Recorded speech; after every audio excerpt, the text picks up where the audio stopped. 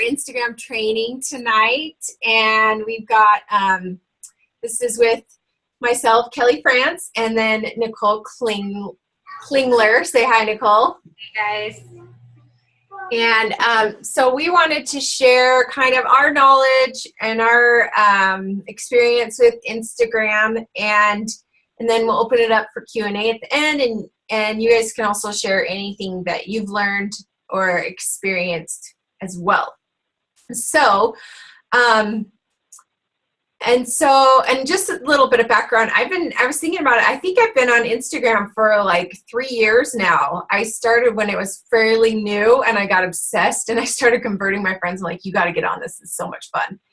And so I've been using it for a while now, and I love it. And I am obsessed with it. And so that's why I'm excited to talk about this, because I'm very passionate about it. And I've been using it a lot and kind of used it for different things, different businesses, and for my family life and stuff. But I'm going to talk to you guys about how to use it for your BeachBody coaching. So first, I thought I would break it down into questions and the who, what, why, how, when, that kind of thing. So my first question that I want to answer is why Instagram, right? Because most of us work our business on Facebook, right? As coaches. And so why Instagram? Like, why add another social media venue to your plate, right? But Forbes magazine recently said that Instagram is the world's most powerful selling tool right now. And so I think that's something worth paying attention to. And really, a lot of people are on there all the time. And so you want to be where the people are, right? So I think it's important to add, to spend time learning about it and investing in making your posts awesome and in building your audience there. And also because Instagram is free marketing, you guys. Like, it's so awesome that we just show up in people's, feeds all the time, like that we can constantly remind people what we're doing, and we can inspire them with our fitness posts and our food posts, and we can even promote our challenge groups all for free. And like Facebook right now, on your fan page, you have to pay to really get it seen and by your audience. So that's why I'm loving Instagram right now. And another reason why Instagram is because it's easy and it goes straight to your Facebook. So you're kind of hitting two birds with one stone. And then some other reasons, if those aren't enough for you, I really connected with my very first coach. My very first coach was actually not Micah. It was a different coach, and and she kept posting. She had kind of a fitnessy name.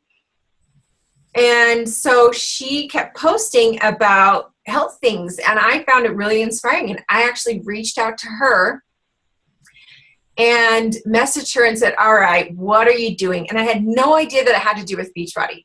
I just knew that she was inspiring me by her posts. I mean, I remember some of her posts in particular, and especially the ones where her face was in them.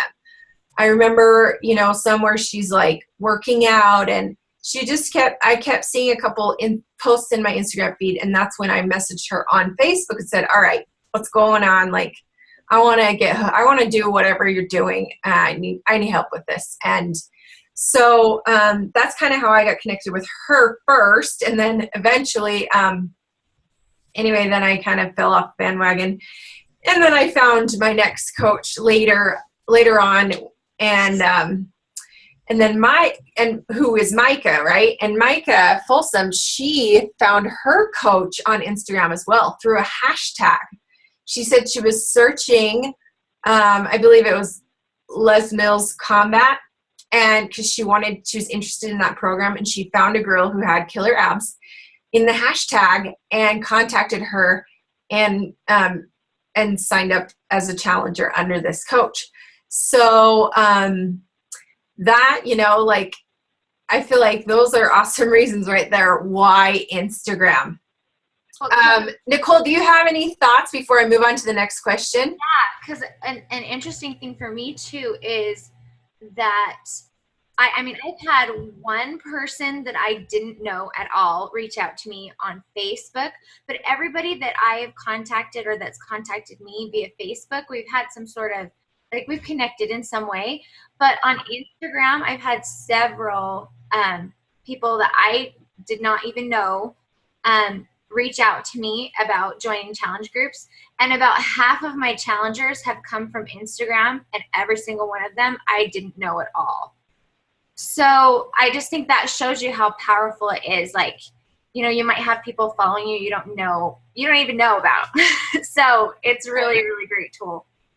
Right, I agree. And I agree with those numbers. Like, I have strangers all the time that are like connecting with me or saying, all right, I want in on this, like what, you know, and it's, I honestly feel like I get more engagement on Instagram than I do on Facebook. Like, I'll post a promotional, you know, something about a challenge group, and I'll get probably 3 times more engagement on Instagram than I do on Facebook. And so I don't know, I just found that I found it works really well for me. I was going to say one more thing and I can't remember what it was.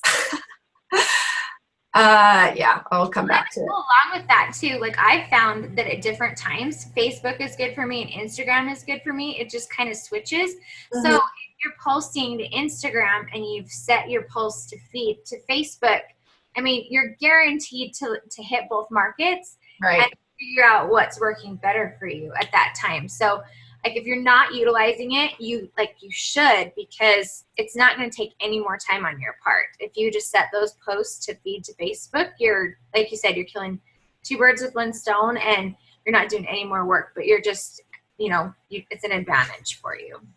Right. And I just found out a couple meetings ago, one of my coaches found through a giveaway, Stephanie, she's not here tonight, but she found me through an Instagram giveaway. That's how she started originally following me. And then I posted about the coaching opportunity, and she was like, okay, I'm interested. And I put her in a sneak peek group, and then she joined.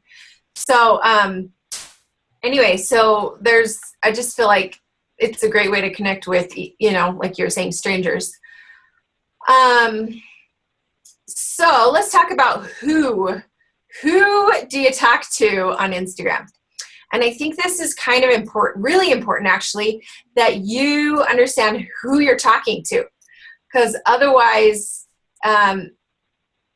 you're not as focused in your posts and stuff. So one thing I want you guys to do in the next 24 hours, this is an assignment I'm giving my coaches, and Nicole, you can give to yours if you want, is to make a list of like your ideal customer / coach. And so I was thinking about it, and I was thinking about, okay, you know, my ideal, when I think of my coaches, I was thinking about, well, at Summit and like future travel destination events that we go to, I want my team to be there, like partying it up with me, right? So that's when I really got real about like, who do I want to be partying with me at the cruise and at Summit and at retreats that I do in the future and things like that. So that's how you can kind of get real with like, who do I want to like room with in my hotel, and what kind of personality will she have, and what will she, you know, like, where does she shop? What TV shows does she watch? Like, what personality traits does she have? And like, make a list of at least 10 things. And you'll probably be describing yourself in several ways, I've found. But that way you can get really real with like who you're talking to. And that way it's okay when you're like, well, like for me, I love fashion, right? And I love shopping. And of course I want shopping to be part of like my, whenever I get away, like if I go to Summit or whatever, I'm going to want to like sneak away to shop. So, and I love clothes and stuff, right? So I talk about fashion on mine. And so I'm okay with like targeting girls that love to shop. And maybe that's not your thing. Like maybe you have a totally different ideal person that you would want to party with at summit or destination events. And so make your list, because that's really going to help you in knowing your audience and like who you're talking to and who you want to attract, right? So, and one really good way to do this to really get specific is to even think of one particular person. Maybe you have like one friend that you're like dying to have on your team, right? So, you know, I have like a list of, I have a Post-it note on my office right here. I mean, on my computer with my dream team. It has specific names of people that I'm like, I just really want them on my team. I love these people.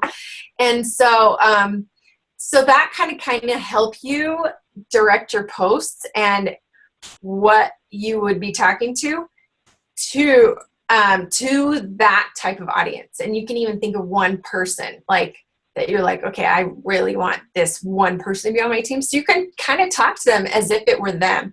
And I use a lot of slang and like girlfriend talk, because I want them to know I'm real. And when I write my posts, I write as if I was just chatting it up with them in, you know, like in a cafe or whatever.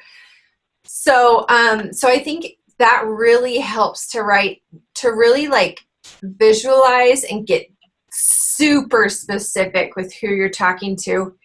And make your list of your dream team. Like, okay, so you're going to list 10 things that your ideal client has, right? Your ideal coach and customer. And then 10 things that, or 10 people that you want to be on your dream team, like that you would love to have. And that's really going to help you know who you're talking to. Any thoughts on that, Nicole? That's perfect. And I have that same thing, the dream team. And I think it's huge, because I do have to picture a lot of times, like, what would I say if I was talking to her specifically? Or like, what would draw her eye? What would intrigue her, you know? So Right. like, if you're always thinking, like, before you post something, like, you know, is this going to draw Anna's attention? Is this something she'd be interested in if she saw it? Then other women like her are probably, you know, going to be enticed by it too. So it's just really great target marketing, essentially. Right. Love it. Let's do the assignment, guys. Right. And I was thinking too, like, and again, it's like, it's kind of like people that are similar to you. So I always try to think like, what would draw me in to want to join a challenge group or to want to join the coaching opportunity? And like, for me, I want to travel. I want to, you know, it's those certain things. So using like certain words, certain aspects that you can talk about with the challenge group or with the coaching opportunity that are exciting to you is just going to attract those type of people as well. So that's who you're talking to. And that really helps you kind of narrow your focus. And so the next thing we want to discuss is how to start. Okay. Sorry, Kelly. Before you move on. Okay. It just reminds me that like attracts like. So if you go to a bunch of different coach accounts, and Amy Silverman is the one that sticks out to me because she's so different. You know, she's kind of like indie, granola, earthy. Her coaches and her challengers are like that too. So yeah, you're kind of marketing to yourself or people that are like you. So just think like attracts like. So don't try to market to somebody that isn't like you. You know, like, I'm past the point of trying to market to the young unmarried generation. Like, that just doesn't work for me. They don't connect to me anymore, you know? So just remember that like attracts like. Right. That's such a good point. And that's why it's important to be authentic too, right? Because when you're being real and you're being yourself, then you're going to attract people like you. And they might not, you know, they're not going to be entirely like you. I mean, there's going to be aspects of that they are intrigued about you that You know what I mean? Like even Amy Silverman, like I adore that girl. And I think it's because I'm a free spirit. You know what I mean? So there's like, but you know, I'm totally different from her in so many ways too. There's So, something about her that attracts you to her. Yeah. right. So it's there. It could just be one aspect of you that attracts them. So anyway. Yeah. All right, so let's talk about how to start, because I really want to make sure we get this in on the training for anyone that hasn't even started an Instagram yet. And my team did a little Instagram experiment, and it went really well, actually. And I even had my husband try it with. He just started an Instagram called Diary of an Entrepreneur. Cool. And so I was like, hey, you're going to do my experiment. And so basically what we did was what I had him come up with a name like that was kind of very focused to what he would be talking about. And so for my team, I said, come up with a fitness name, and you're going to be starting an Instagram with that fitness name. And so several of my team members came up with their fitness name, and I came up with a different, I mean, my Instagram name is just Kelly France right now, but I did a fit fashionista. And what we did was we started it, and we had we made sure that the name was kind of sort of focused on fitness. And that way when people see it, they're like, well, it's not just like Amy Smith, right? It's not just a name. It's like a name with a purpose, right? And so as soon as you start an account, you can follow all your friends on Facebook, and they'll see in their feed that, oh, like Kelly France as a fit fashionista just started an Instagram account. Do you want to follow her? And so you'll immediately start getting all these people to follow you back, right? So what I did was I said, follow everyone on Facebook. You just click like check all or follow all, right? Is that right? It's hard to do unless I start a whole new account. And then the next thing was, it says, do you want to follow all the, hang on, we got to mute someone. It says, do you want to follow all the people in your contacts, like in your phone contacts? And you say yes. So basically you're following like every human being you know. And so you might end up start off following 1,000 people right away. But that's okay, because then you're going to instantly get, I mean, we had people getting like 100 followers within 24 hours because they had followed them, you know, their contacts first. So that worked out really nice. And then, so that was kind of that was our little experiment. We also used Instagress, but that did not turn out so well. And I'll talk about that later when we talk about apps. But the first part works out really well, and it worked for my husband too. He already has like 250 followers, and he's been doing it for like a couple weeks. So that's a great way to just start your Instagram. And then you want to make sure that you don't have to like hurry and post like 50 pictures so that you have something in your feed. Just have a couple in your feed for people to look at when you first start. And then, let's see what else. Okay, and you make sure you have a profile picture. And I think it helps to add one that's kind of fitness related.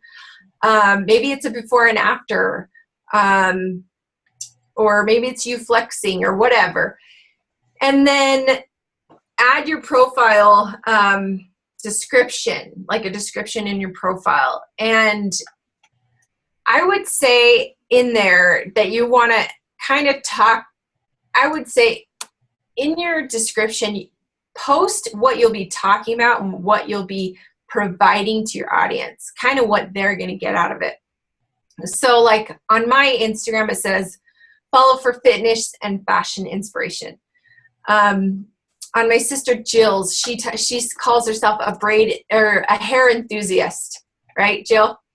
So she, so it's kind of nice too, because then it tells people what you're going to be posting about.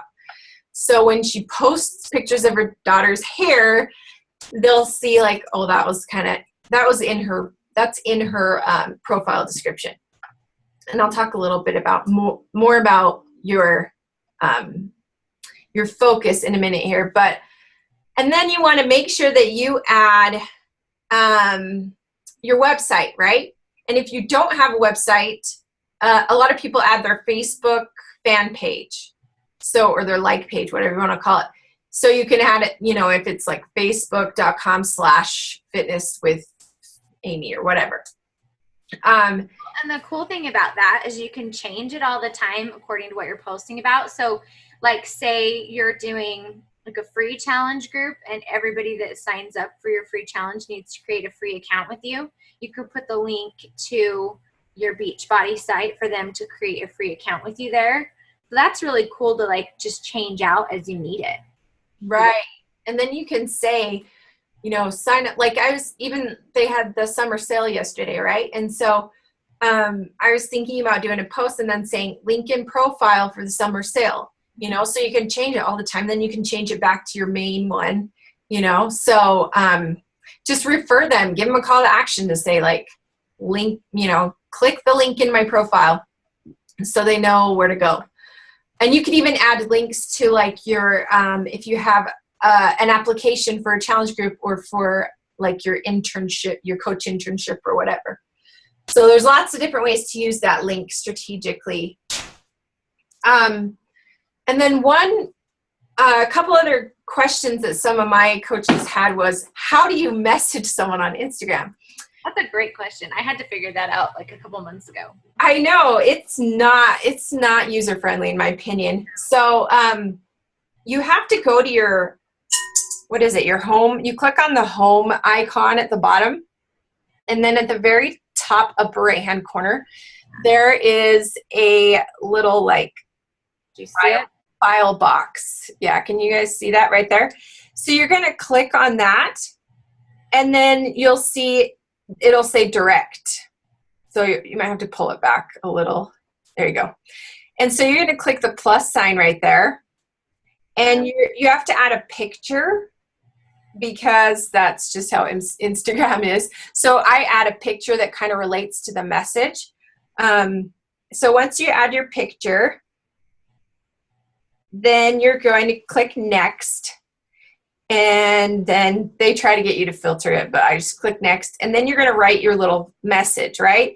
And then you're going to click to, and you've got to find the username that you're messaging, and then once you do that, I think you click send.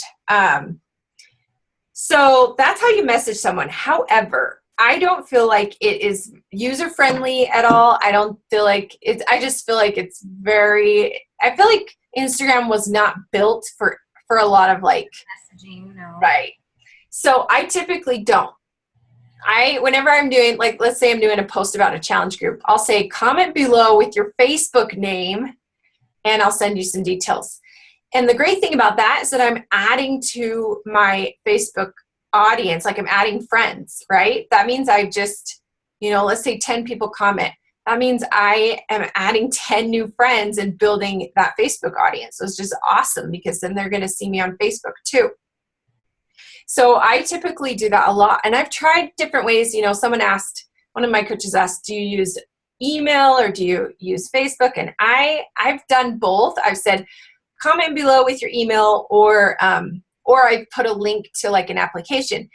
And I have found the best, at least personally, the success with them adding their Facebook name and me messaging them. I don't know why, but when I email them, emails tend to get ignored for some reason. Yeah, I feel like people they don't check it as often. Facebook Right. is something people check pretty often, usually. Right. I agree.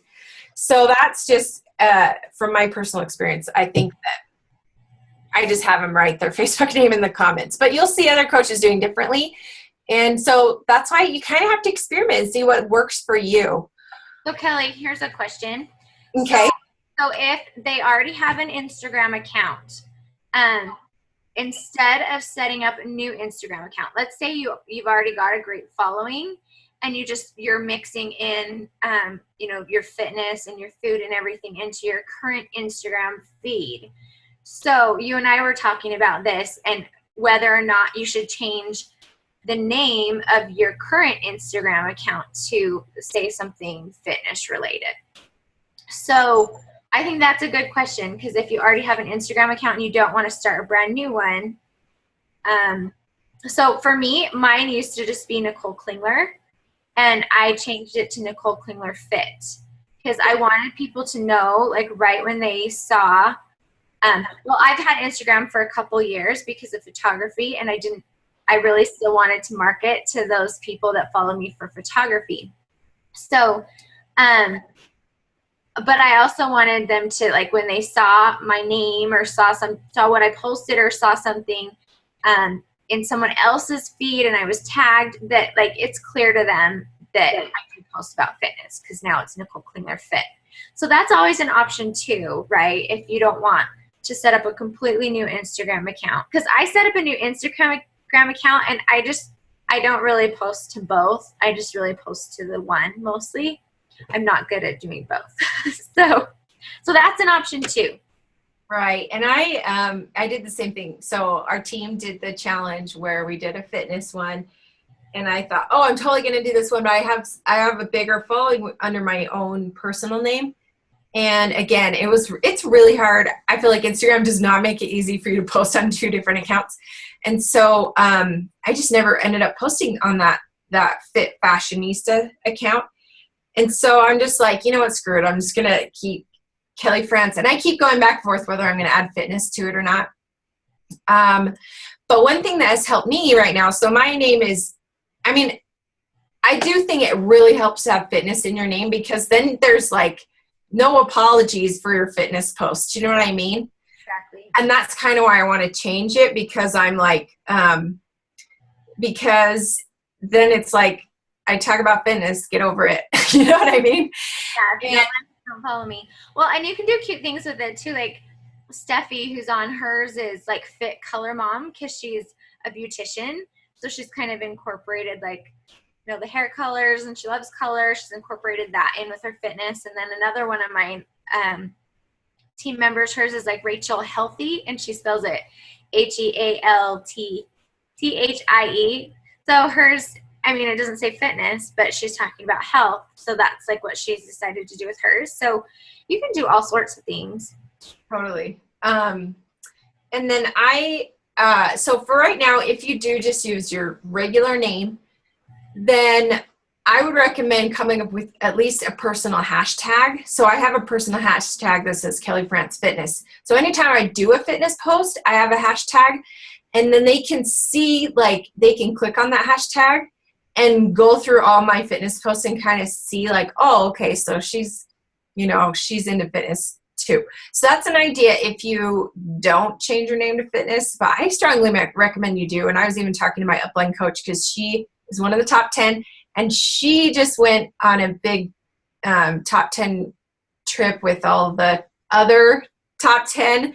And so she was picking their brain and stuff. And she said, and I said, well, do a lot of them, there's only a couple that have regular names. The rest all have fitness names.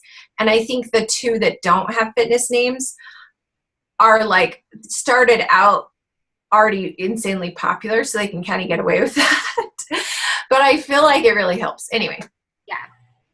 So, all right. What else? Well, let me see where we're at now. So what to post? What to post. All right. So this is a big one. So what do you post, right? So what I recommend is, well, I kind of say that your Instagram is like your own reality show, right? And then you don't want it to be an infomercial, right? So if you're constantly talking about BeachBody or constantly promoting your challenge groups, that's annoying. But you can do commercials, right, between your reality show. And it's okay if your reality show is like a health and fitness show, you know what I mean? But I would say, anyway, just, you got to make sure that I think it's important to put, like, some real life stuff in there as well. So I recommend choosing 3 things to focus on in your Instagram feed. So maybe like for me, I do fitness and I do fashion and basically like family. And so that kind of helps me narrow down like the things that I'm going to talk, how I'm going to plan out my week of posts and things like that. And like I said, like my sister, she's insane at doing her daughter's hair. So that's kind of one of the things she talks about. It doesn't have to correlate with fitness, because I think you're going to, any way that you can add value, showing someone how to do an awesome braid is adding value.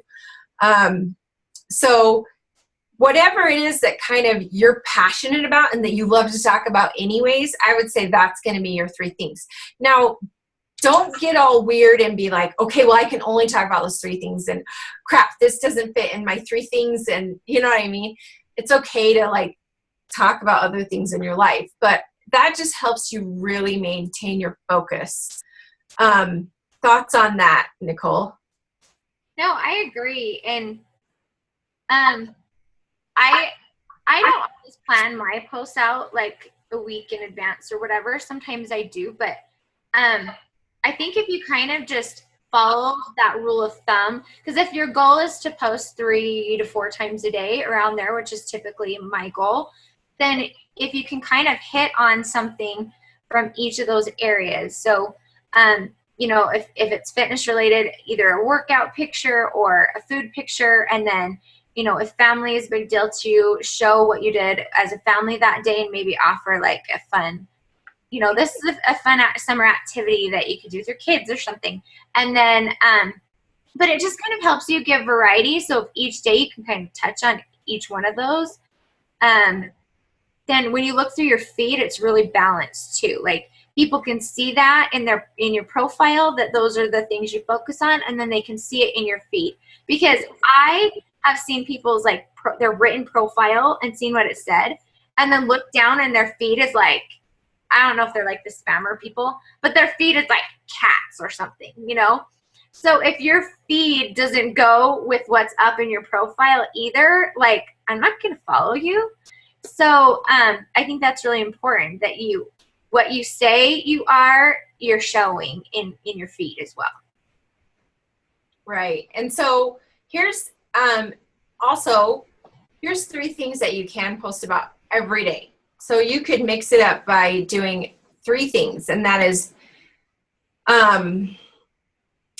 inspiration, education, and behind the scenes, BTS, right? So you could do anything inspirational, including quotes or, people get inspired by seeing sweaty selfies or healthy recipes, like anything like that, anything that inspires you, And then education is like adding value, teaching something to someone. And even if it's just the littlest nugget of wisdom that you just learned, I feel like I'm always learning new things. Like, oh my gosh, I just discovered this new, this new food at the store. Like you can share just those little things that you'd be surprised people would be like, oh my gosh, thank you so much for sharing. Or a book, personal development. People love that stuff. And then behind the scenes, what you're up to. Like they want to know that you're a human being too, and not just like a machine that only works out all day. You know what I mean? So well, on that note, one thing I noticed is I was at some dance auditions the other day, and I had a mom. I can't remember. Oh, we were talking about cookies somehow. And they were talking about how to bribe. I was judging. So they're talking about how to bribe me to get their kid on the team. And I was like, just bring me cookies. And she's like, whatever. You don't eat cookies. All you eat is clean 100% of the time. And I was like, girl, no. And I like had to explain to her that I don't eat clean 100% of the time. But it was funny because after she told me that, I was like, oh, I need to make it clear to the world that I do not eat. Like I might show a lot of my clean meals, but maybe I'm not showing the in-between, like the day I did have a cookie, Mm-hmm. So I think it's really important for people to see that side too. That's like the behind the scenes. Like I have treats too, I have days that suck too, So just be real that way. Right. And I think it's super important to be vulnerable and be like, share like your stories and share like your struggles and like, and you know, share like the not so pretty thing. You would be surprised how if you post about like your dirty laundry or your, like I posted once about how my garden was dying and how I suck at keeping plants alive. And you know what I mean? People, there are people that connect with those weaknesses because they want to know that you're not perfect either. So yeah, definitely being vulnerable, you would be very surprised at how many people will connect with that. And that's why they always talk about sharing your stories, right? Because sharing how like you struggled with your weight and things like that. Like I don't think you can share your transformation story enough. So I think it's okay to like post your transformation like once a week, and you can mix it up in different ways, but yeah. So let's see, where was I at? So I actually plan out what I post. Now, don't think that I'm like this like super organized crazy lady. I just like try in my head and sometimes in my notes on my phone, like, okay, like typically on a Sunday when I have a little more time to think, I'll be like, okay, so, and I kind of have broken it down into themes. So based on like your 3 things that you love to talk about, you can break down into themes. So if you love to talk about food, do Food Friday. Or like I was telling Nicole has killer abs. So I'm like, Nicole, you need to do, what did we decide? Flat Abs Friday? Yeah. Flat Abs Friday. And even if you don't use that hashtag, it's just going to help you to remember, oh, it's Friday. I should probably post about, you know, abs. Or you could do Wellness Wednesday, or you could do Weight Loss Wednesday, Transformation Tuesday, like anything that's going to, and again, you don't have to use that hashtag necessarily, but it's just going to help you know what to post and when. And so like I always do Motivation Monday posts. And then I'll do like Wardrobe Wednesday or Fitness Friday. I do Sunday Style. So those things kind of trigger me. Like, I'm like, crap, what do I post? Today's Wednesday. Oh, I can do my outfit. Or Thoughtful Thursday, Thankful Thursday. Like, and you think there's so many different ways, different themes you could use that are going to help you just kind of like break it into just easier chunks, and you won't have to think so much about what to post and when, right? So, and I think it's fun when you do use the hashtags, like, hey, it's Family Friday, I'm doing something fun with my family or whatever. So yeah, so start thinking, be creative about what themes you could use and spread them out through the week so that you know, like, okay, I've got Motivation Monday, I've got Wardrobe Wednesday, I've got Fashion Friday or whatever, that you, and that way you've got like different posts and different ideas on different days. Does that make sense? And so I'll do that. So once I've got my themes, then filling it in is pretty darn easy. I'm like, okay, what am I going to do for my Motivation Monday? Well, I just need to find a cute quote. That's easy. You know, be thinking of what you really want to share with your audience. And maybe it's like one recipe a week. Like that's one of my things I really want to focus on is sharing one recipe a week, because people love recipes. And I'm trying to do more selfies of me like with my kids and more selfies of me working out. And another goal I'm trying to work towards is doing workout videos. That one's like very scary to do. But I've seen a lot of coaches doing it, and they're really motivational, I think. So just be thinking about like once a week, I want to do at least one post about whatever it is. Like just start thinking of those things, and then it's going to be easy to fill it in with content. And you'll even find that some days I'm like, crap, I have too much content. Like I can't post, 4 times a day or whatever. So that's really helped me. And then so I'll write it down, and like in my notes or whatever, like, okay, this is kind of what I'm going to do. And of course I mix it up, and sometimes things come up during the day that I'm like, oh, this is super cute, I'm going to I'll throw this in there. And another thing that's really helped me is the Latergram app. one of my coaches, Rachel, shared this with me, and it's been a lifesaver. So anytime I find a post that like a cute quote or something, even if it's like an idea of a post that I want to someday do, you can throw it in the Latergram app as an unscheduled post. And it's so nice because I will show you. The great thing about Latergram is basically you're kind of like putting, so here's some future posts I've got. Let's see, these are unscheduled.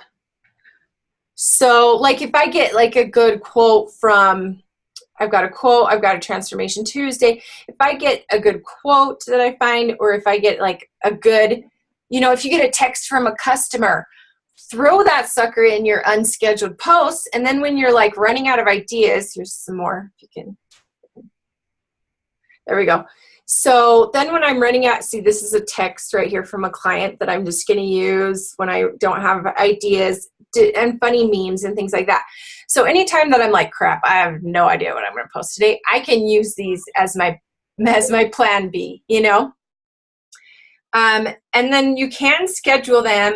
However, it won't automatically post. It'll just like pop up as a reminder that you have it scheduled for that time. Does that make sense?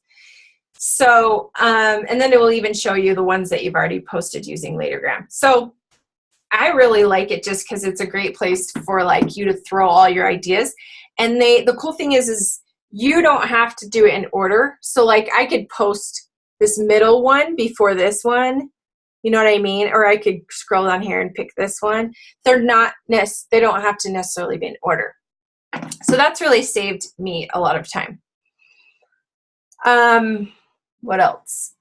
Okay, and then another thing regarding what to post.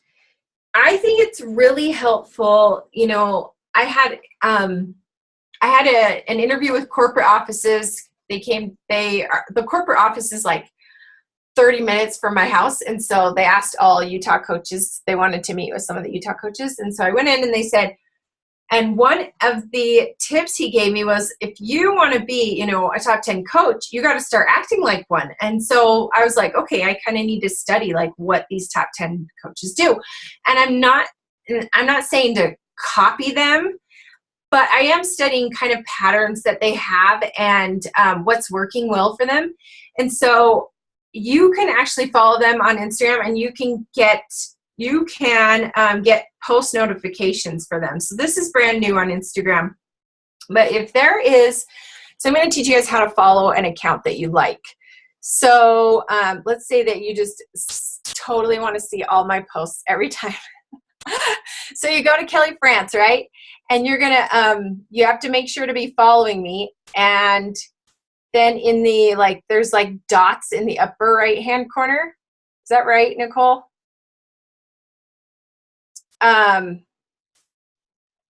Let me see. I'm trying to find someone I'll find. Okay. So there's 3 dots in the upper right hand corner. You click on those and it's going to pop up like this, and it's going to say, turn on post notifications in the bottom. So you click that, and now anytime this person posts, I'll get a little notification that they posted. And that's been really helpful for me to kind of follow what other coaches do, get some good ideas. I mean, they might post something that, and I'm not, again, that you don't necessarily want to copy, but that might inspire oh, hey, I could do something kind of like that, but with my twist on it. You know what I mean? So I think it's really great to follow some of the top 10 coaches, and even some of the, the last year's top 10 coaches, and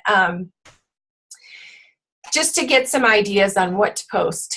And then another thing I wanted to mention was that you are the brand. And so I think it's really important. And one thing I've noticed as I've been following these top 10 coaches is they have a lot of selfies, right? And that feels kind of weird. I mean, I feel like selfies, sometimes it seems like vain to post a lot of selfies, but I've noticed they do it in a really great way that's more like, here's what I'm doing, and there's typically other people in the picture, or they don't do it in a vain way. It's just more like, here's what I'm doing, and here's how I can inspire you. They make it more about their story and and like how you can learn from it. So I think if you do post selfies and stuff like that, be thinking of how you can add value to the person reading it.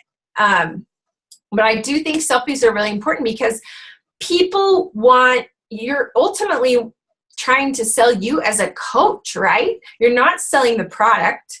You're not selling 21 Day Fix. Like, they can get that on Amazon, but it's you. You want them to get to know you and to trust you and to like you so that they'll want to hire you, and so that they'll do what I did and message, what I did with my very first coach and say, girl, what are you doing? Like, I want to do this with you, Well, and I think one thing that's good to know, because you and I have talked about this, because Kelli always tells me, Nicole, you need more selfies.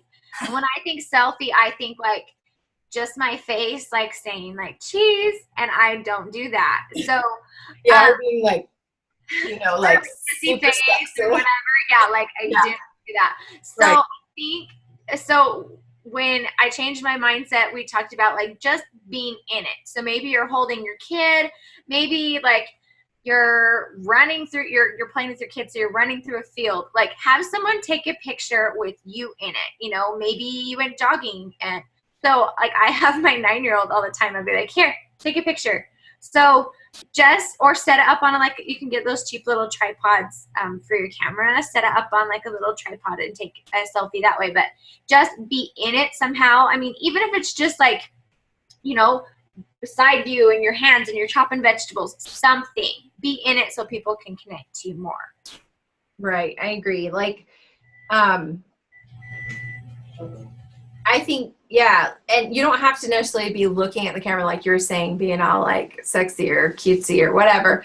But yeah, it's you. They want to see you. So instead of just showing, a picture of the pretty scenery when you went running, no, show like a picture of your shoes and the scenery, or, you know what I mean?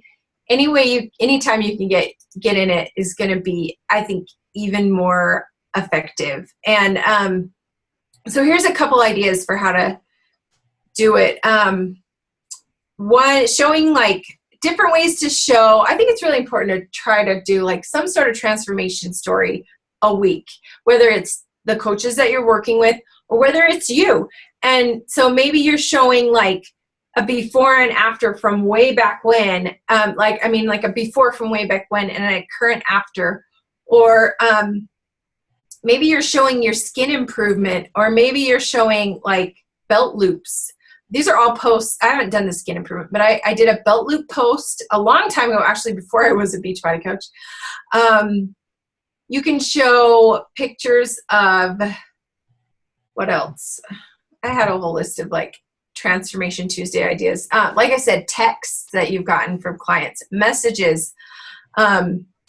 There's a funny website, and I'm totally going to forget it. So if any of you can think of it, let me know, where you can actually see how much weight you've lost in like objects like bananas and soda pop and stuff like that. And I can't think of the website, but just be creative with different ways that you share your transformation and your story. And I think it's really important, like, do a little photo shoot of yourself. It feels silly, but you guys, that's what people connect with, is you. So if you have to put your phone on timer and set it on like a little shelf and go do some like little moves or whatever, you know what I'm saying, or flex or stuff like that, then you're in it. And I know it sounds silly, and it's pushing you, it's going to push you out of your comfort zone, but get comfortable being uncomfortable, because eventually you won't be uncomfortable doing it anymore because you've done it so often. And then I would say, like, I recommend maybe like one health or fitness post for every 3 to 5 regular posts. Like, you don't want to be spamming people with fitness. You know what I mean? Remember to include like those behind the scenes and those things like that as well. Because I've seen, there's a couple, I had a friend who was like, you got to follow this BeachBody coach. And it was just like workout afterward. It was just obnoxious, and you don't want to be that coach. So that's why it's important to to have like other things that you talk about and show that you're a human. It's your reality show. So any other thoughts on what to post, Nicole? No, I think just be yourself. Like, it's so great to follow other people to get ideas of maybe like how to word things or how, what things work well for them. But then also keep in mind that since you're different things are going to work for you. So never try to become someone else. Just be yourself. Amen. All right. So when to post? I think for me, I say 2 to 3 times a day. I've noticed with Instagram that if you post too often, you will lose followers. Like, there have been times when I've been on vacation and I'm like, oh my gosh, I got to show this. And then it's like, boom, lose. Because if you're like in someone's feed several times that day, they're like, oh my gosh, this girl's kind of crazy. You know what I mean? So what I do is I try to do like one in the morning and one at the night. Just, I would say, spread out the love. So like do a morning, a noon, and a night kind of thing. Or if you do 10, do a 5 o'clock post. You know what I mean? Just, I try to kind of spread them out between like 5 to 10 hours, because if they're too close in a row, people get annoyed for some reason. Well, and it helps too, because sometimes I'll get busy and I'll realize like I haven't posted anything in forever. So I set alarms on my phone, like a morning alarm, an afternoon alarm, and a night alarm that just reminds me to post. So, or like you mentioned, if you use Latergram, you can have that remind you to post at a certain time too. Mm-hmm. So do that to remind you, and then you won't overpost as well. Good call. So yeah, that's really all I have to say about when to post. And then let's talk about building your audience. So I once heard this analogy about a McDonald's in the middle of the desert, okay? And I feel like this happens with a lot of businesses where they're like, I don't get why no one's signing up, but they don't have a very big audience, right? So if they're like that McDonald's that's in the middle of the desert and no one's there, you know what I mean? No one's there to hear your message. And that's why I think it's so important that you do build your audience on Instagram and on Facebook. That's why we say every day that you're adding friends on Facebook. And I think it's also important that you're adding value on Instagram and using hashtags and things to build your audience. So, so that leads me to the next thing, is to use hashtags, because people look through hashtags. I know I do. And I talked about how Micah did to find her coach. Post hashtags. I typically do it in the very first comment, because then if I get a couple more comments, you won't see the hashtags anymore. It'll kind of get buried, if that makes sense. So I'll post hashtags, and you can use up to 30 hashtags, and you kind of want to target them towards the type of person that ideal customer that we talked about earlier. So you can do fit mom, you can do fashionista, or what, you know what I mean? Whatever it is that you're kind of talking about, think of related hashtags that someone might search in and find your post and be like, oh, this is awesome. This person is awesome. Maybe I should follow them. You know what I mean? Yes. So I think it's so important to build your audience, because, think of it like a city. Let's say that you had an entire city listening to you talk about fitness. The likelihood of you getting someone to sign up to a challenge group is going to be pretty high, right? But if you just have like a household, a handful of people listening, it's going to be a lot harder. And so build your tribe, build that audience, build your city of listeners. Yeah. And another thing that goes along with the hashtags is so you use them, we add them to our posts so other people can find us.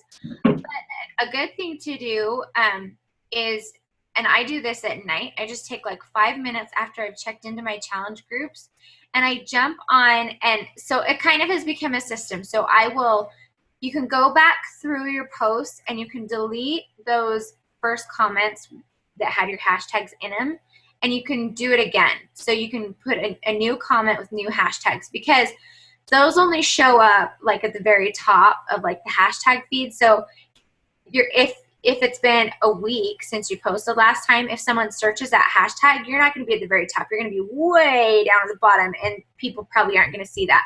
So it's kind of good to go back through just like your last 3 newest posts every so often and just re-hashtag, and then go to those hashtags. So maybe it's like busy mom, and you go and you hashtag busy mom, and you start following some of the other moms that hashtag busy mom or stressed out or something. You start following them and you like a few of their posts. So I just do that every single night. Like I'll just re-hashtag just a couple posts. I'll start following a couple new people from those hashtags, and then like and comment on their posts. And that will give you a few new followers each evening too. So that's a good way to use hashtags. Cool. Let's see. Other ways to build your audience is through giveaways. So if you can, find like other, maybe your team, you guys do giveaways, or even if you find other businesses that kind of do the same thing you do and you want to collaborate with them, doing giveaways together so that you're sort of like sharing audiences, right? That's a great way to build your audience. And like I said, that's how I found my coach Stephanie, was through a Loop giveaway. So I think Loop giveaways are amazing and worth the investment. So yeah. So Gabrielle said, I'm pretty sure that IG is not allowing re-hashtagging. Oh, at this time. I might have to check that out. Shalene Johnson might have said something about that. Because I do Instagram for a boutique, and that's what they have me do for theirs. And I don't know if we mean the same thing about re-hashtagging. Just going in and making a comment on your post later with more hashtags. Is that what you mean, Gabrielle? Oh, that's fairly new thing. Yeah, and see, Instagram's kind of starting to change things just like Facebook is. So you kind of have to try to keep up. Follow Shalene Johnson's Instagram Impact account, because she usually posts stuff on there about like the latest Instagram updates. So good to know. Yeah. Okay, what else? Oh, and then a couple other ways to build your audience on Instagram is through Instagress. I talked about this earlier, how we did a team experiment. So it's just, Instagress is basically like kind of like a robot that follows that likes and comments on people for you, and you tell them what to like and what hashtags to find people in. However, we had a couple coaches, Gabrielle and Nicole, use their accounts because of that, because I think they got flagged, because sometimes the comments didn't relate to the actual picture. And so but so then they consider you like a spamming robot, so they'll delete your account. However, I do have to say, so I've been talking to a couple coaches that are like in my on Micah's team that are using Instagress, but they're only using the like part. They're not using the comments, because the comments obviously can be, not related to what what the post is about. And so that's how you would get flagged. But they said they use the like part at a normal speed, and they haven't had any problems with it yet. But they only do it like at night when they're not posting, because you have to make sure that it's not posting at the same time that you are, because otherwise then it'll show up that 2 people are posting, you know what I mean?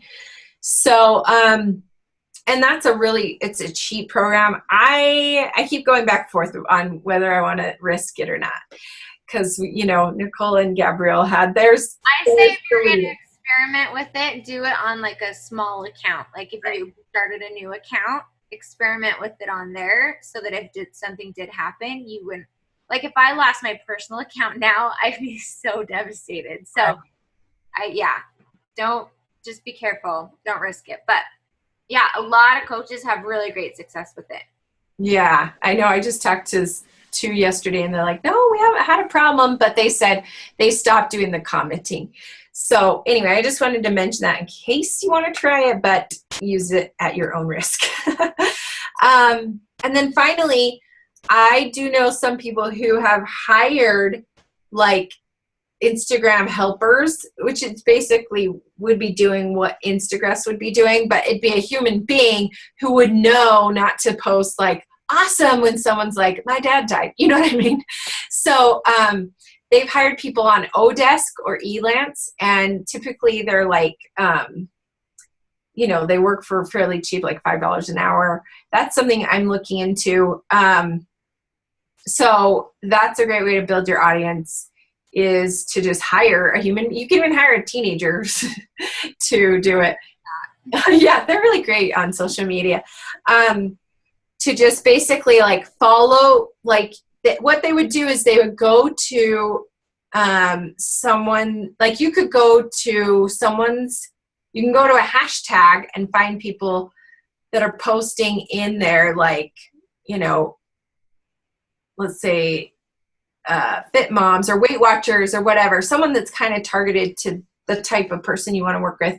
And then you'd go and like them maybe 3 times, like 3 of their posts, maybe comment on a few, and even follow them and see if they follow you back. So that's something you could hire someone to do for you. So those are all, and I really think Instagram's where it's at, and I think it's worth the investment.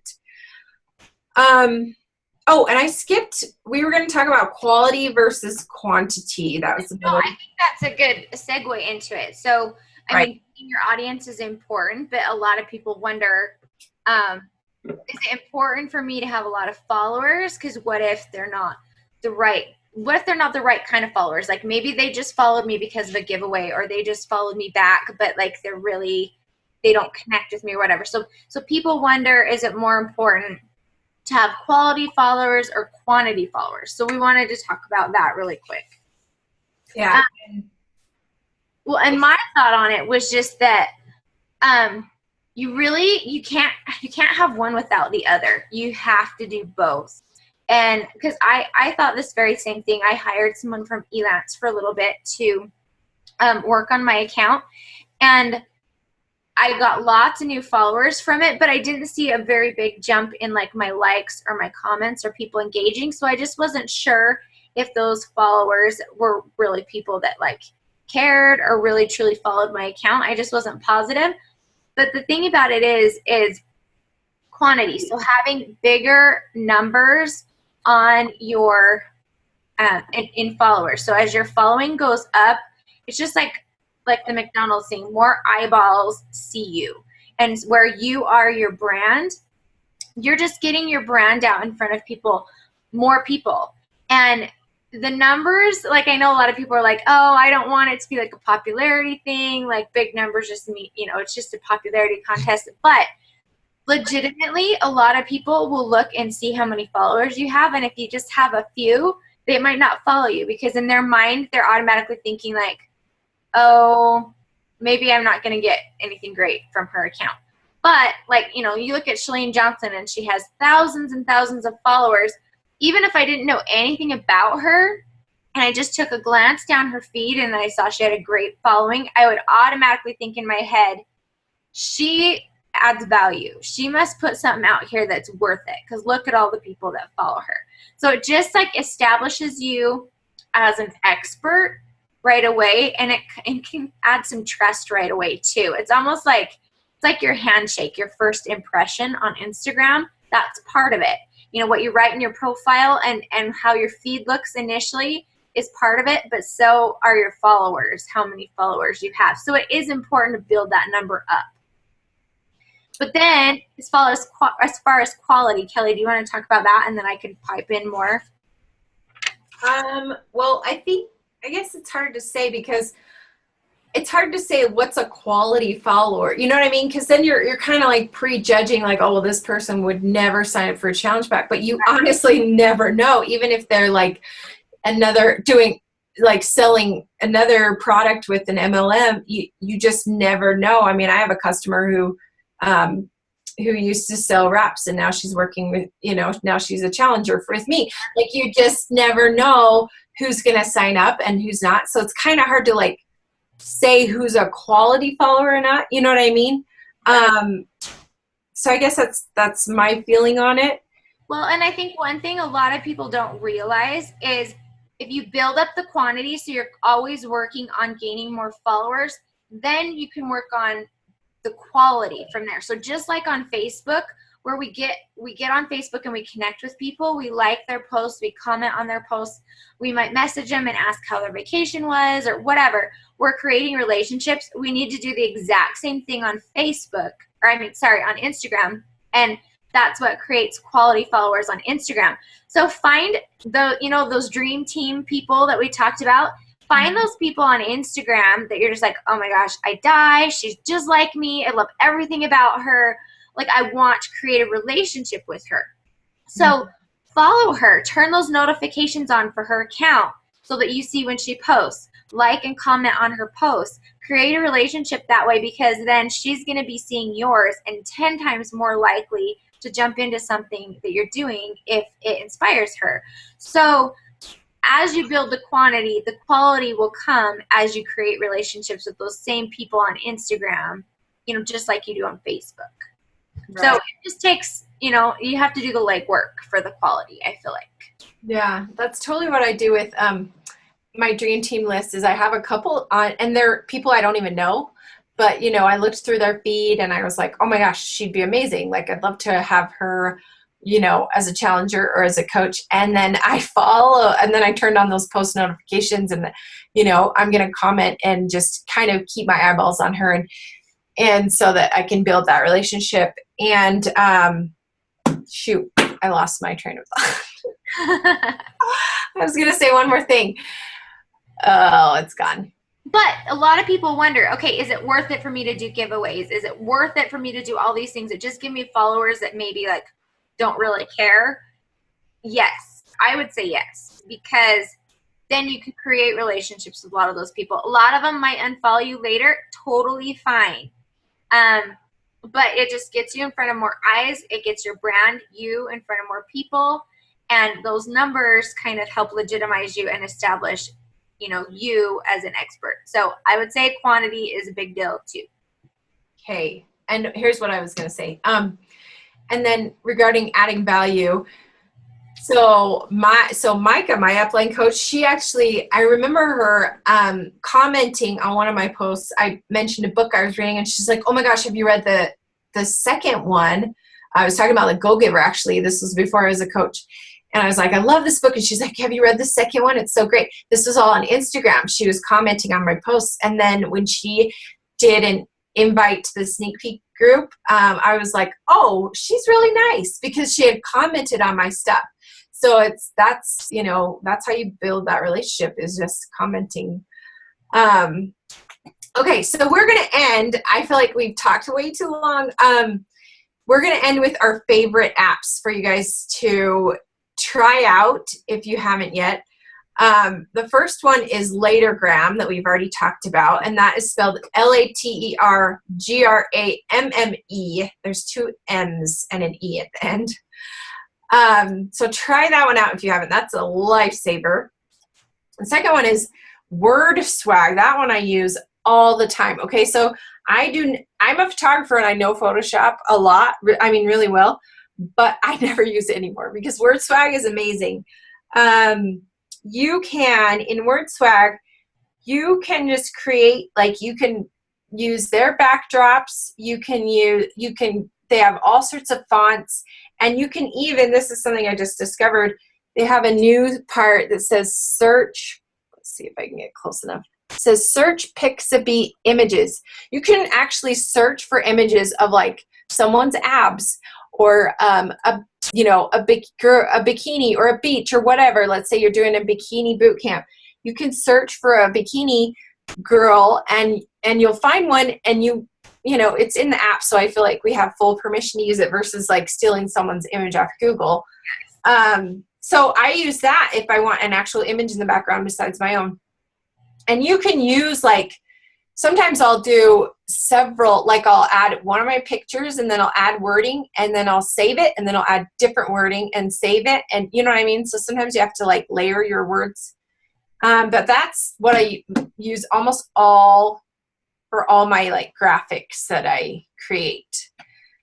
And then for editing, I use PicTapGo. I love that app because it has all sorts of different filters that you can do, and you can change like the level that you do them at. So if you want contrast, you can do a lot or little. You know what I mean? So I really like that. Nicole, do you use Afterlight? Is that the one that you use the most? Yeah, I use Afterlight, and I've used PicTapGo as well. I think they have a lot of the similar features. It kind of comes down to like what you start using and get comfortable with. You just yeah. And same thing with how you use word swag. I use Rona Designs. I have word swag on my phone. I've used it a couple times, but I don't use it a ton just because I've gotten so used to using Rona Designs. But what I do is I usually you can pick a background, or you can pick one of your images off your phone or Dropbox or wherever. And I'll pull the image in, and then a lot of times I'll put like an overlay over it and then just lower the intensity of it so it's like kind of sheer over top, and then can put words on it. And honestly, it's just because I got used to using a certain font and I just stick to that same font. Mm-hmm. So kind of when you find something that's your style, I would check them both out because they're both really good. But one thing I really love about WordSwag is that you can get those stock photos on there. And that's like one of the only apps that I know will give you stock images. Right. Mm-hmm. And Rona Designs is spelled Rhonna. Is that right? Yes. Yeah. Kind of funny. Okay, and then the other one was, so those are our editing ones that we use, Afterlight and PicTapGo. And then if you want to ever do a video, like I posted a video working out, and there were like I was doing two different like routines, I guess, or two different sets. And so you can set them side by side, and it's called Pick, Post, Play. And you can even add a watermark if you pay a little extra to say, kellyfrance.com or whatever. So that's kind of cool for videos. And then Frametastic is what I use for like side by side images. Like if you're wanting a collage, basically, I just use Frametastic, and that one works fabulously. And Pick Collage is another one you could use for that too. Okay, cool. And then Time Hop. I highly recommend that you get this on your phone for several reasons. For one main reason, and that is because you can see old pictures of yourself, and you will be surprised at some of your transformation of yourself as you progress as a coach. Like that Time Hop's really helped me to like, I'll have pictures pop up that I'm like, whoa, I cannot believe that was my face a year ago. And then I'll do like a before and after of my face now versus then, or my legs back then versus now. You know what I mean? So I would get Time Hop just for the fact that it'll show you your old Facebook posts and your old Instagram posts from a year ago. And then you can kind of see your own transformation. Love that. Any other apps that you recommend, Nicole? Those are the biggest ones. I mean, I do use Dropbox a lot just because and a lot of you might not do this, but if you do have an image on your computer or a video that was actually from like a video camera or a DSLR, you can easily just throw those in Dropbox and then retrieve them on your phone and use those for posts too. So that's another one that I am in a lot. Cool. Okay, well, I feel it's been almost an hour and a half. Let you guys go. I'm like, shoot. And I know I'm just going to end the recording. I don't know. Should I keep the recording on for Q&A? There was one more thing and I'm pretty sure most people know how to do this, but I did have a coach ask me this the other day. So I thought, oh my gosh, maybe there's more people that don't know how to do this. But, when like Kelli showed you like a text from a customer, or like I'll do a plank sometimes and I'll like screenshot my recording. I've had a couple coaches ask how to screenshot on their phone. So that's a good one because you might need to screenshot a past picture from like a year ago's post to repost it. So if you don't know how to screenshot on your phone, both for Android and iPhone, it's usually that you hold like, my son took my phone or I would show you. Kelly, do you want to hold yours up? You hold down simultaneously the power button, which is usually on the side or the top. Uh-huh. And then like on the iPhone, your main home button on the front. This one? Yeah, lift it up. I know. I'm like, I can't even remember how because it's so like right So here. you hold those down simultaneously and you'll hear it take a picture. And Android phones are the same. It's the power button and then the home button that's on the screen. Most Android smartphones as well. So if you hold them down simultaneously, you'll hear it click and it'll take a picture of whatever is on your screen. So if you didn't know that, play with it. Okay, and one more thing that made me think of, you don't always have to post square pictures either. Like Pick, Tap, Go, I also like it because it'll say if you want to post a picture, you just do the picture and then click Go, and then it'll say Instagram full, and it'll fill in white gaps. It'll fill in white with whatever picture you choose. So if you got a little skinny, picture, then it'll fill in white for the rest of it. So that's kind of nice. Yes, that's good. So should I record the Q&A too, even though this is a super long training video? I would, because people can turn it off if you don't want to watch it. Okay. All right. We're going to open it up for Q&A. So just raise your hand if you have any questions or if you have any comments that we didn't cover, holler and we will unmute you and you can share or ask. Anyone? Have any of you done a feature account? A feature account. Like Shalene Johnson talks about those a lot. Yeah. I've been doing her Instagram training. Uh-huh. Her Instagram Academy. Anyway, and so I set up a feature account yesterday where you just like grab other people's images and you kind of like tag them in them. So you're not finding your own stuff. Anyway, and I've had more people that I don't know comment on those in like the last 2 days than any of my other stuff. Crazy. So what are you saying featuring? Because I know you can do any type of features, like a fashion account. So are you featuring like fitness? Yeah, I call mine, it's Dish Fitness. So like I'm dishing on things, all things fitness. And so far I've shown like a picture of like really cute Nike shoes and like a recipe and like just a really cute yoga photo with a kid and like anything you find on Instagram, you'll just repost and credit that person. And then they'll follow you back. And yeah.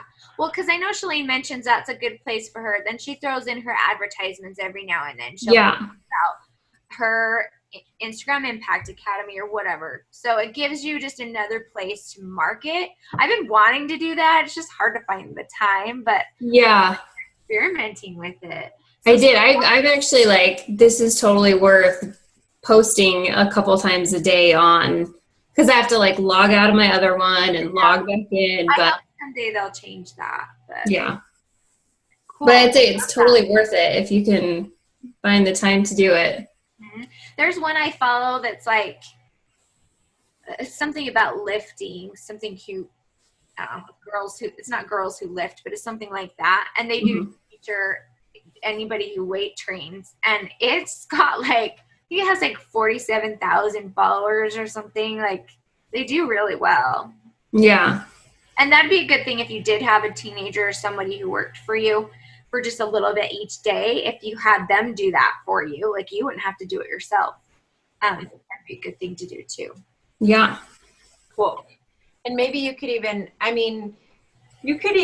like, why not do some of that stuff on your own account, Oh yeah. Yeah, totally. And see what works, Jill. Like what kind of, because I guess that brings up a good point is that I think it's okay to post other people's pictures and be like, oh my gosh, I need this watch. You know what I mean?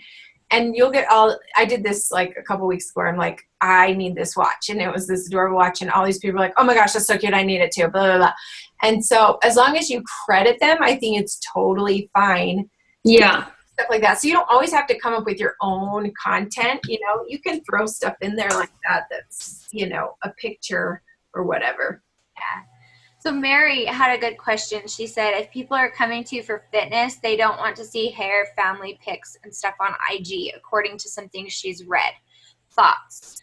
I know Shalane Johnson, she said that. She said, like, whenever she would post a picture of her kids, like, everyone would just, like, unfollow her.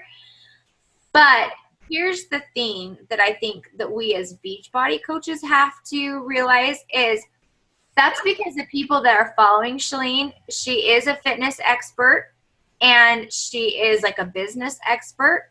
So if they're following her for that reason, then yeah, they're probably annoyed at the other things. But like when I think of myself, I'm not a fitness expert. I'm not a business expert. I'm a mom, I'm a dancer, I'm a photographer, and I'm a coach. So I have to post about all of those things to connect with other people, because I'm not going to have other people follow me just for fitness, because there's people that know a lot more about fitness than I do, you know? Mm-hmm. So I think it goes back to the like attracts like. You know, Shalane wants to attract, you know, fitness fanatics and people, entrepreneurs that are building their business. It depends on who you want to attract. If you want to attract people that are like you, the type of people you would be friends with, then you have to post about those things that they would be interested in. Like Kelly said, like if you love shopping, you want to post about favorite shopping places in between your fitness posts, if that makes sense. Yeah.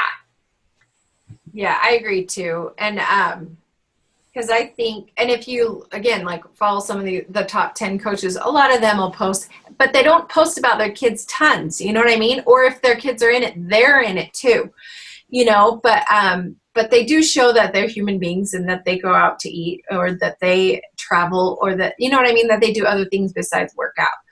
So I think the exclusive fitness accounts, that's all you're going to see is workouts. But I think for coaches, we have to be relatable or they're not going to connect. So.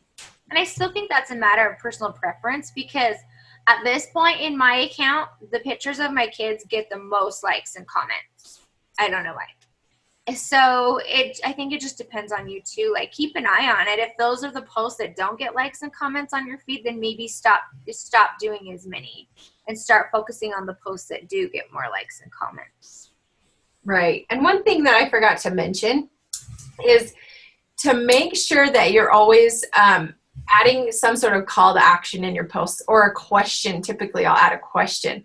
So instead of, I remember one time I did an outfit post and I'm like, oh, it's cold. Or I said like first snow of the winter, and I showed like my boots and just like a little outfit post. And I was like, and then that was it. And I didn't get any comments on it. And then I edited it, which I do often. I often go back and edit my posts, which I love on Instagram, because I always rethink it. And I'm like, shoot, I forgot to engage, like forgot to interact. So then I went back and I said, is it snowing where you're at? And boom, all these people started commenting, because I made it about them and not about me. And so that's really what it comes down to, is like making it about your audience. And that's when you're going to start getting all those comments and engagement.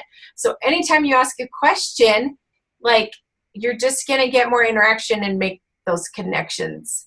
So it's really important, I think, to ask a question if possible. I mean, you don't want it to sound too random, but if you can ask a question and ask for advice, people love to share their opinions. Those are my most popular posts when I ask for advice on anything.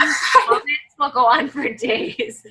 But then you engage with those people. Like you comment back on all of those comments. That's what's so important. We know that on Facebook, when people comment on our things, we need to be commenting back. Like we don't just ignore it. Same thing with Instagram. Like, I mean, you don't have to be on your phone every time, like all day, but just check on it at night before you go to bed or something, and make sure you comment back to those people, because you're creating that relationship, and then you can invite them on Facebook or they'll reach out to you. Right. And I heard Shalane Johnson mention once 2 tips that I thought were awesome. One was to stick around for 5 minutes after you've posted. so that at least, you know, again, so you're not glued to your phone 24/7, but you've stuck around for 5 minutes to see who's commenting and you can interact with them. And then the other tip she shared was to always try to be the last comment, meaning that you are ending with engagement. You know what I mean? And I thought that was great advice. Any other questions, you guys? All right, I think we've talked your ears off, but I feel like we had a great conversation, and I really appreciate your thoughts, Nicole, and everyone for joining us tonight. Okay, and if you guys think of anything else, just on our group pages, feel free to ask more questions. Yeah, and don't forget your challenge to come up with your 10 things. I would say 2 challenges. Number 1, come up with your 10 things of your ideal customer and coach, and 10 people on your dream team to follow. Okay, thanks you guys. Have a good night. See ya. Bye.